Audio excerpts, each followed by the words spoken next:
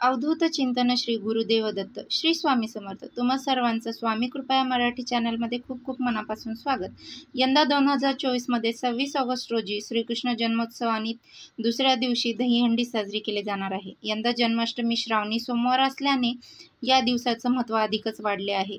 चौथा श्रावणी सोमवार शिवपूजन केले जाणार आहे. जन्माष्टमी आणि श्रावणी सोमवार अशा दोन्ही व्रतांचा उपवास केले जातात. या दिवशी केल्या जाणाऱ्या उपवासाबाबत आणि तो सोडण्याबाबत अनेकांच्या मनात संभ्रम निर्माण झाला आहे. कोणता उपवास कधी सोडावा आणि कशा प्रकारे सोडावा हे जाणून घ्यायचं असेल तर व्हिडिओ स्किप न करता पूर्ण पहा. गोकुळ, मथुरा, वृंदावन, द्वारका, जगन्नाथपुरी या ठिकाणी गोकुळाष्टमी विशेष अशा स्वरूपात साजरी केली जाते. महाराष्ट्रात मुंबई उपनगरात या विशिष्ट उंचीवर दहीहंड्या, दुधाने भरलेली दहीहंडी बांधली जाते. यानंतर विविध मंडळे गोविंद मनोरे रचून ती दहीहंडी फोडतात. श्रीकृष्ण जन्माष्टमीला उपवास केला जातो. हा उपवास दुसऱ्या दिवशी सोडायची परंपरा आहे.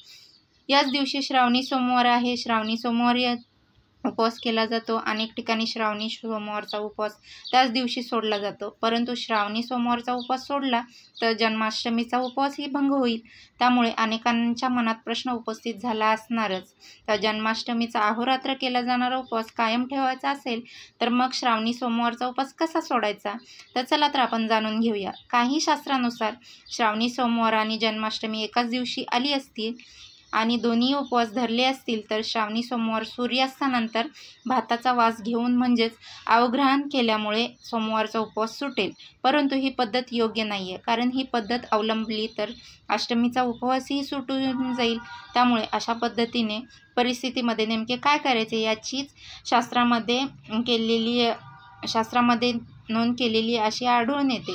एका उपवासात जर दुसरे पाळणे करायचे असेल तर पाण्याने पाळणे करावे असे सांगितले जाते, कारण एका वेदमंत्रात याबाबत संदर्भ येतो की अपोवा अशित अनश्चितच, कारण पाणी जे असतं ते उपवासाला चालते आणि पारायणालाही चालते असा वेदमंत्र असल्यामुळे ज्यांचा श्रावणी सोमवाराचा उपवास आहे त्यांनी सायंकाळी पाणी घेऊन उपवास सोडावा. म्हणजेच तशी भावना मनात आपल्याला तयार करायची आहे.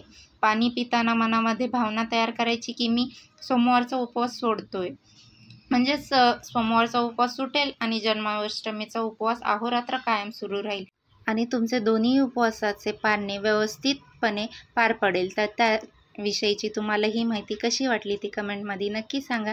आणि जर आवडली असेल तर चॅनलला लाईक, शेअर आणि सबस्क्राईब करा.